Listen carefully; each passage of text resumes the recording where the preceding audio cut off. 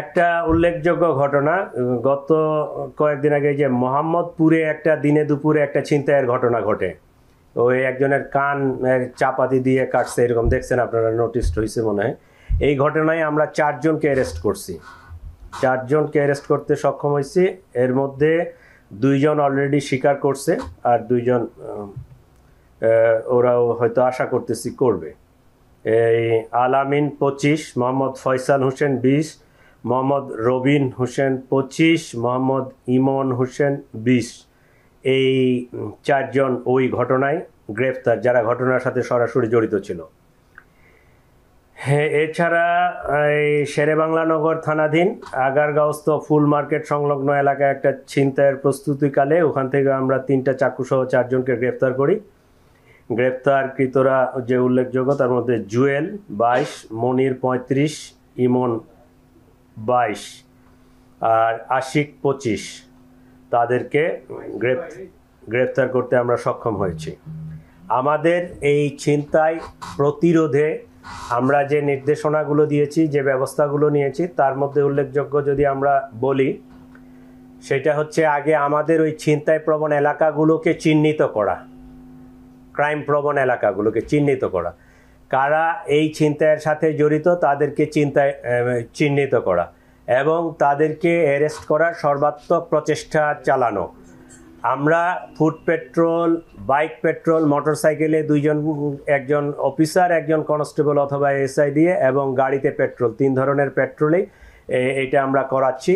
এবং এই পেট্রোলগুলো যেহেতু এখন শীতের রাত এবং গভীর রাতেও ছিনতাইয়ের ঘটনা ঘটতেছে, বিশেষ করে দূরপাল্লার যাত্রী যারা শেষ রাতের দিকে আসে, নামে বিভিন্ন ওই রেল স্টেশন, বাস স্টেশন বা বিভিন্ন জায়গায় আসতেছে, প্রাইভেট কারও আসতেছে।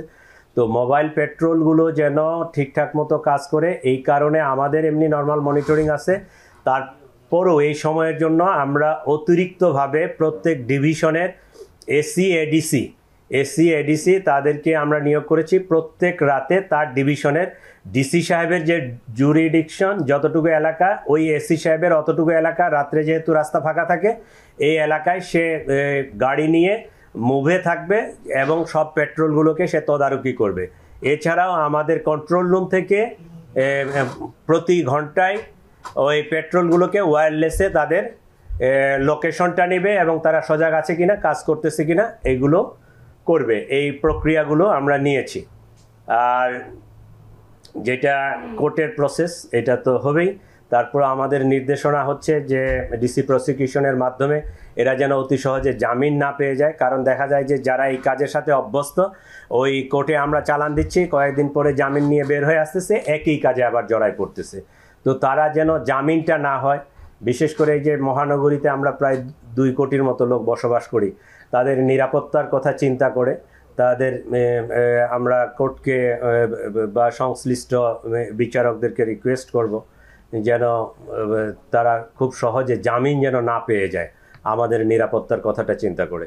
তো এই ব্যবস্থাটাও আমরা নিচ্ছি। রমনা বিভাগে আমাদের 8 জন, মতিঝিল বিভাগে 14 জন, লালবাগ বিভাগে 26 জন, ওয়াড়ি বিভাগে 10 জন, তেজগাঁও বিভাগে 19 জন, মিরপুর বিভাগে 4 জন, উত্তরা বিভাগে 8 জন, গুলশান বিভাগে 4 জন, মোট 93 জন অ্যারেস্ট হয়েছে। কাউরান বাজার, হানিফ ফ্লাইওভার, বিভিন্ন জায়গায় ওই যে দূর দূরান্তের পণ্যবাহী যে ট্রাকগুলো আসে, ইভেন ওই যে কাউরান বাজারে দেখা যায় যে মুরগির ট্রাক থেকে পিছন দিয়ে উঠে পট করে ঢুকে মুরগি টানে নিয়ে যাচ্ছে, মোবাইল টানে নিয়ে যাচ্ছে, কার্টুন নামায় নিচ্ছে, বিভিন্ন ধরনের এই যে পণ্যবাহী যে ট্রাকগুলো, এগুলো থেকে পিছন দিক থেকে এই যে ছোট ছোট বাচ্চা পোলাপান, এগুলোকে আমরা আশা করতেছি অ্যারেস্ট করে ফেলবো।